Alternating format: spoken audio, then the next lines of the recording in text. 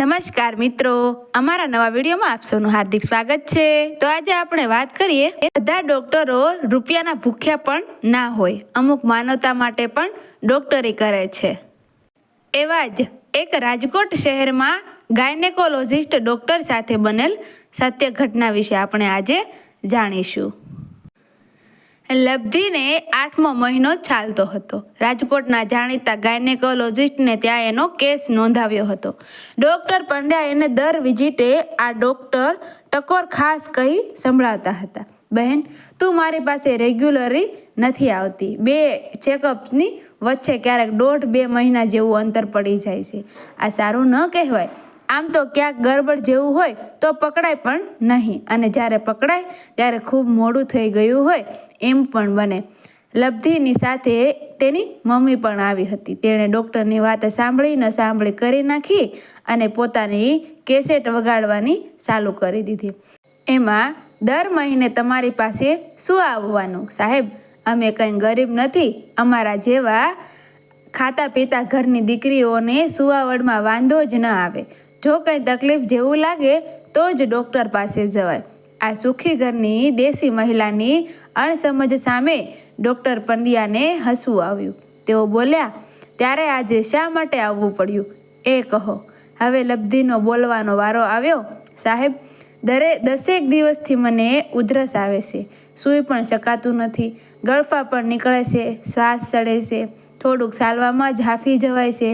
Doctor Pandya જોઈ શકતા હતા કે લબ્ધિ આટલું બોલતામાંય ખાસવા માંડી હતી। એમણે તેને તપાસવાના ટેબલ પર સુવડાવી બ્લડ પ્રેશર માપ્યું, ઊંચું હતું, છેલ્લે જ્યારે માપ્યું હતું ત્યારે નોર્મલ હતું। એનો અર્થ એ થયો કે વચલા ગાળામાં વધી ગયું। ખબર આજે થઈ, જો લબ્ધિ યોગ્ય સમયે ચેકઅપ માટે આવી ગઈ હોત તો એ શરૂઆતમાં જ પકડાઈ ગયું હોત અને એને કાબૂમાં પણ લાવી શકાયું હોત, પણ એની મમ્મી સ્ત્રીને હોવાના નાતે જન્મજાત પ્રસ્તુતિ નિષ્ણાંત બની બેઠા હતા। ખાતા પીતા ઘરની વહુ દીકરીઓને કંઈ થાય જ નહીં। ડૉક્ટર પંડ્યાએ લબ્ધિની છાતી ઉપર થેસોસ્કોપનો સ્ટેપ પીચ મૂક્યો। ફેફસામાંથી ચોક્કસ પ્રકારનો અવાજ સંભળાયો। એ ગંભીર થઈ ગયા। પછી તેમણે લબ્ધિનું પેટ તપાસ્યું, સોનોગ્રાફી ટેસ્ટ કર્યો, પગ ઉપરના સોજા ઉપર તપાસ્યા। આ બધું પૂરું કરીને તેઓ બહાર આવ્યા। લબ્ધિને અને તેની મમ્મીને સમજાવવા લાગ્યા, સ્થિતિ જરા પણ સારી નથી, પેટની અંદરનું બાળક તો બરાબર છે, પણ લબ્ધિનું હાર્ટ, મારે કઈ ભાષામાં સમજાવું તમને, બસ એટલું સમજી લો કે એની ઉધરસ સામાન્ય ઉધરસ નથી। હળદરવાળા દૂધથી કે 5 દિવસના એન્ટિબાયોટિકના કોર્સથી એ નહીં મટે। ફેફસામાં પાણી ભરાઈ રહ્યું છે, લબ્ધિનું હાર્ટ ધીમે ધીમે કામ કરતું, અને તમે એક કામ કરો, એને આજે જ કોઈ સારા ફિઝિશિયન પાસે લઈ જાઓ। હું ભલામણ ચિઠ્ઠી લખી આપું છું। ડૉક્ટર રાવલ મારા મિત્ર છે, પ્રામાણિક અને અનુભવી છે, એ લબ્ધિના હાર્ટની સંભાળ લઈ લેશે। સુવાવડને હજુ 1 મહિનાની વાર છે, ત્યાં સુધીમાં લબ્ધિનું હાર્ટ અને ફેફસા દોડતા ઘોડાના હાર્ટ અને લંગ જેવા મજબૂત થઈ જવા જોઈએ। જો આવી હાલતમાં ડિલિવરી કરાવવાનું આવે તો અવશ્ય લબ્ધિની જિંદગી જોખમમાં મુકાઈ જશે।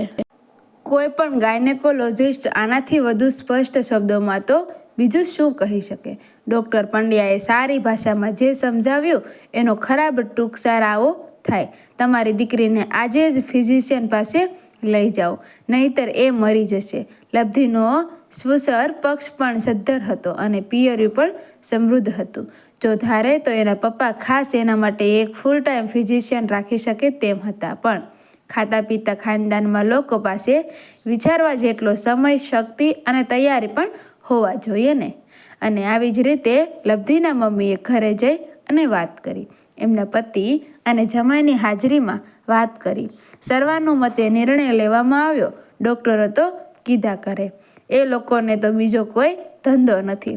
એક ડૉક્ટર પોતાના પેશન્ટને બીજા ડૉક્ટર પાસે મોકલે, એ વળી લેબોરેટરીમાં ધકેલે, ત્યાંથી બીજા ચક્કરો ચાલુ થાય। આમાં કેટલાયના કમિશનો પણ ચડતા હોય।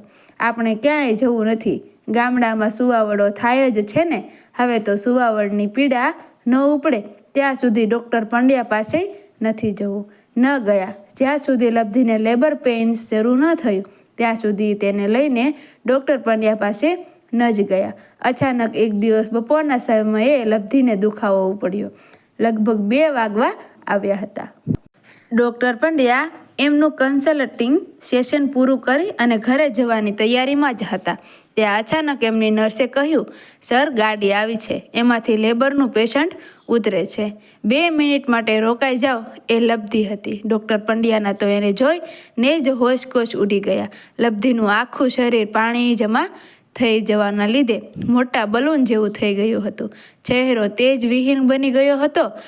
અત્યારે તો એ ખુરશીમાં બેઠા બેઠા પણ હાંફી રહી હતી. તેના ગળામાંથી વિચિત્ર પ્રકારની ધરધરાટી ઉઠી રહી હતી. એવું લાગે જાણે એના બંને ફેફસા પાણીમાં ડૂબી ગયા હોય. ડૉક્ટર પંડ્યાએ દર્દીની ફાઇલ જોવા માટે માંગી. અંદર ક્યાંય ફિઝિશિયનનો કાગળ દેખાતો ન હતો. તેમણે લબ્ધિના પતિ, પિતા અને મમ્મીની સામે જોઈ અને પૂછ્યું, આટલા બધા સમયથી તમે ચેકઅપ માટે કેમ ન આવ્યા? અને મારી કડક સૂચના છતાં આને ફિઝિશિયન પાસે કેમ ન લઈ ગયા? હવે હું પણ આ કેસ હાથમાં લેવાનો ઇનકાર કરું છું. તમે આને બીજે ગમે ત્યાં લઈ જાઓ. She may complex at any moment. Hurry up. લબ્ધિનો પતિ જરાક સ્માર્ટ થવા ગયો. ડૉક્ટર, મારી વાઈફનો કેસ લેવાની તમે ના કેવી રીતે પાડી શકે? તમે નર્સિંગ હોમ લઈને બેઠા છો. હું તમારી ઉપર કોર્ટ કેસ. ડૉક્ટર પંડ્યાએ એની તરફ લાલ આંખ કરી. એ હીરો, તું કેટલું ભણ્યો છે? હું MD થયો છું. તમારા સિલેબસમાં કાયદો પણ આવી જાય છે. આ દેશનો કાયદો અમને દર્દીનો અસ્વીકાર કરવાની છૂટ આપે છે. A doctor has at right to choose his patient. જે પેશન્ટ અમારી સલાહ, સારવાર અને સૂચનાનું પાલન ન કરે તેને અમે રિજેક્ટ કરી શકીએ છીએ. તારી વાઈફ તો મરવાની અણી ઉપર છે. એને તાત્કાલિક કોઈ ICUમાં ભરતી કરાવ, પછી મને ધમકી આપજે. હજુ તો વાત ચાલતી હતી ત્યાં જ લબ્ધિ ઢળી પડી. ડૉક્ટર પંડ્યાએ એની પલ્સ અને હાર્ટબીટ તપાસ્યા. She was almost dead. Doctor Pandya 2 જ મિનિટ પહેલાંની વાતચીતની કડવાશ ભૂલી જઈ અને માત્ર માનવતાના ધોરણે પેશન્ટને બચાવવાના કામમાં લાગી ગયા. તેમના સ્ટાફની 3 નર્સો બાટલા અને ઇન્જેક્શનનો આપવામાં જોડાઈ ગઈ. ડૉક્ટર પંડ્યાએ એનેસ્થેસિયાને બોલાવી લીધા. બોયલ્સ ટ્રોલીની મદદથી દર્દીને સ્ટિમ્યુલેટ કરી અને ઓક્સિજન આપવા માંડ્યા. લબ્ધિનું બ્લડ ઓક્સિજન લેવલ 50% જેટલું ઓછું થઈ ગયું હતું. માંડ થોડી વારે એનું હૃદય પુનઃ ધબકતું થયું. લબ્ધિએ આંખો ઉઘાડી, પણ એના જીવ પરનું જોખમ હજુ ટળ્યું ન હતું. જ્યાં સુધી એના પેટમાંથી બાળક કાઢી લેવામાં ન આવે ત્યાં સુધી એની જિંદગી સલામત ન હતી. હવે મારું કહ્યું માનશો? ડૉક્ટર પંડ્યાએ કહ્યું, લબ્ધિને કોઈ મોટી કોર્પોરેટ હોસ્પિટલમાં શિફ્ટ કરો. હું પણ સાથે આવું છું. ત્યાં સુધી વેન્ટિલેટર જેવી અનેક અદ્યતન સુવિધાઓ મળી રહેશે. ત્યાં વધારે મેન પાવર પણ હશે. લબ્ધિનું ઇમરજન્સીમાં સિઝેરિયન કરવું પડશે. આવી હાલતમાં ઓપરેશન? દોઢડાહી ત્રિપુટીએ કોરસ સ્વરમાં પ્રશ્ન પૂછ્યો. એમાં એના બચવાની ટકાવારી કેટલી? જો ઓપરેશન કરીશું તો એ 100% મરી જશે, અને જો નહીં કરીએ તો 101% મરી જશે. બોલો, શું કરવું છે? અણસમજુ, અવૈજ્ઞાનિક દેશી લોકોમાં મોડે પણ થોડીક અક્કલ આવી ખરી. એમણે કહી દીધું, ભલે ત્યારે કરો સિઝેરિયન ચાલુ. ઓપરેશનને પણ 2 વખત લબ્ધિ ઉપર કાર્ડિયાક એરેસ્ટના હુમલાઓ આવ્યા, પણ થિયેટરમાં 7 ડૉક્ટરો હાજર હતા. એ પાછી આવી ગઈ. સિઝેરિયન કરી રહેલા ડૉક્ટર પંડ્યા મનોમન બબડતા હતા, હે ભગવાન, મારી લાજ રાખજે, લબ્ધિને બચાવી લેજે. આટલી બધી વાર એનું હાર્ટ ફંક્શન બંધ થઈ ગયું, એટલે એના ગર્ભાશયની અંદરનું બાળક તો જીવતું નહીં જ રહ્યું હોય, પણ એ ભલે ન બચે, આ મોટો જીવ બચે એટલે. ડૉક્ટર પંડ્યાની નાઈફ ચાલતી રહી. પેટની દિવાલના એક પછી એક પડ ખુલતા રહ્યા. ગર્ભાશય ઉપર છેકો મુકાયો. લોહીના ફુવારા ફૂટ્યા. ડૉક્ટર પંડ્યાએ જમણો હાથ ગર્ભાશયમાં નાખી અને શિશુને બહાર કાઢ્યું. ઓહો! આશ્ચર્ય! બાળકના રુદનથી થિયેટર ગુંજી ઉઠ્યું. આટલી મહેનત કર્યા પછી પણ 7 ડૉક્ટરોએ એક સરખો પ્રતિભાવ ઉચ્ચાર્યો. ઈશ્વર, તારો ખૂબ ખૂબ આભાર. આ 7 ડૉક્ટરોની વિનમ્રતાને સલામ કરવી પડે.